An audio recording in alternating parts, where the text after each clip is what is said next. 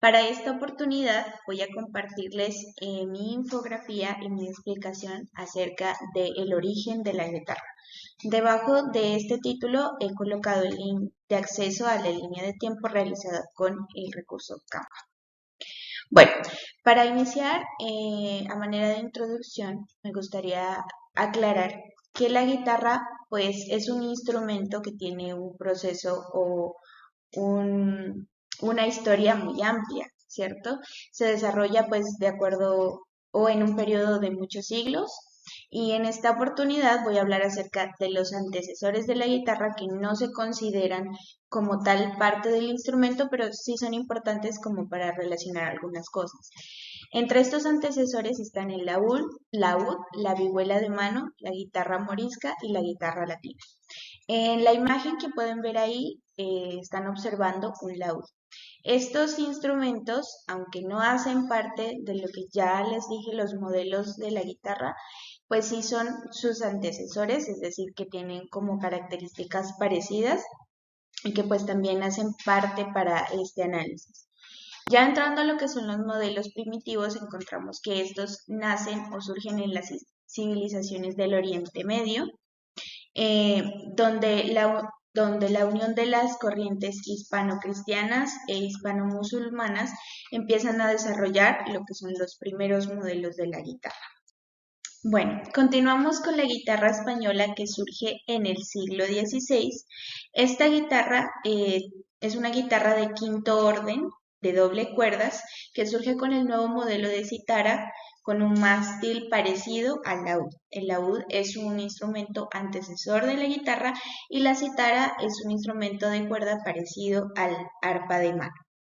Continuamos con la guitarra barroca, que surge a principios del siglo XVII.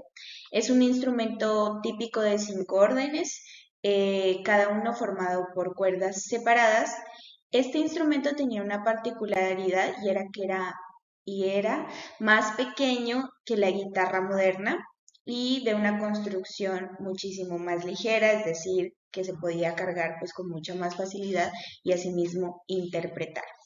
Uno de los mayores precursores o compositores para esta época, en el siglo XVII, es Juan Carlos Amat, quien escribe uno de los primeros tratados de guitarra española y bandola. Escribe este tratado en Barcelona en el año 1596 y este libro se convierte en uno de los libros más leídos en las escuelas de música y para pues, los estudiantes. Bueno, continuamos con la guitarra clásica que surge en el siglo XVIII.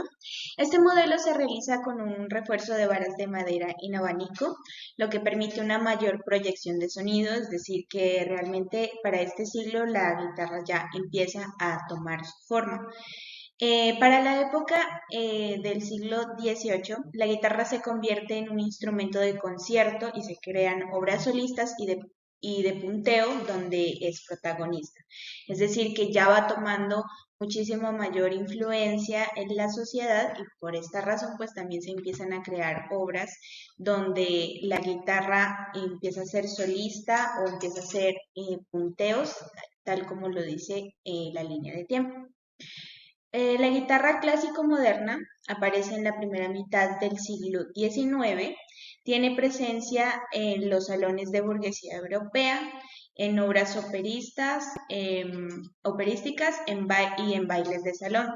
Quiere decir que viene con todo ese proceso del siglo XVIII tomando pues muchísima más fuerza y uno de los compositores más importantes es Antonio Torres.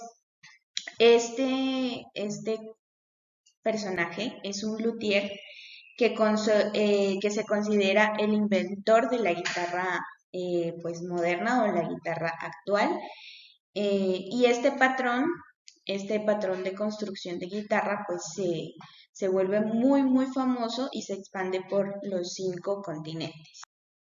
La guitarra flamenca surge en el siglo XIX también, para esta misma época, y el resultado en la formación o conformación de la guitarra para este periodo es que se realiza un ajuste en el tamaño y se hace un cambio en la posición, obviamente para una mayor comodidad y para la persona que está interpretando el instrumento.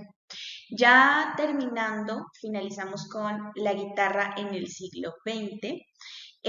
Ya la guitarra para este siglo se consolida en su forma como lo conocemos ahora, de forma actual. Entra a formar parte de muchas expresiones culturales musicales como el bambuco, el pasillo, la danza, el vals, el bolero, el merengue, que son pues ritmos latinos, y empieza a tomar este protagonismo dentro de estos géneros musicales. Eh, esta maduración definitiva del instrumento permite establecer las normas de interpretación del mismo, entonces se crean muchísimas obras, se crean muchísimos libros y obviamente que empiezan a ser interpretados por muchísimos más compositores y muchísimos músicos. Uno de los músicos que personalmente me llamó mucho la atención es Joaquín Rodrigo. Este músico era un músico ciego que componía o realizaba, escribía sus obras en braille para que fueran traducidas pues por una persona que le ayudaba con esta situación.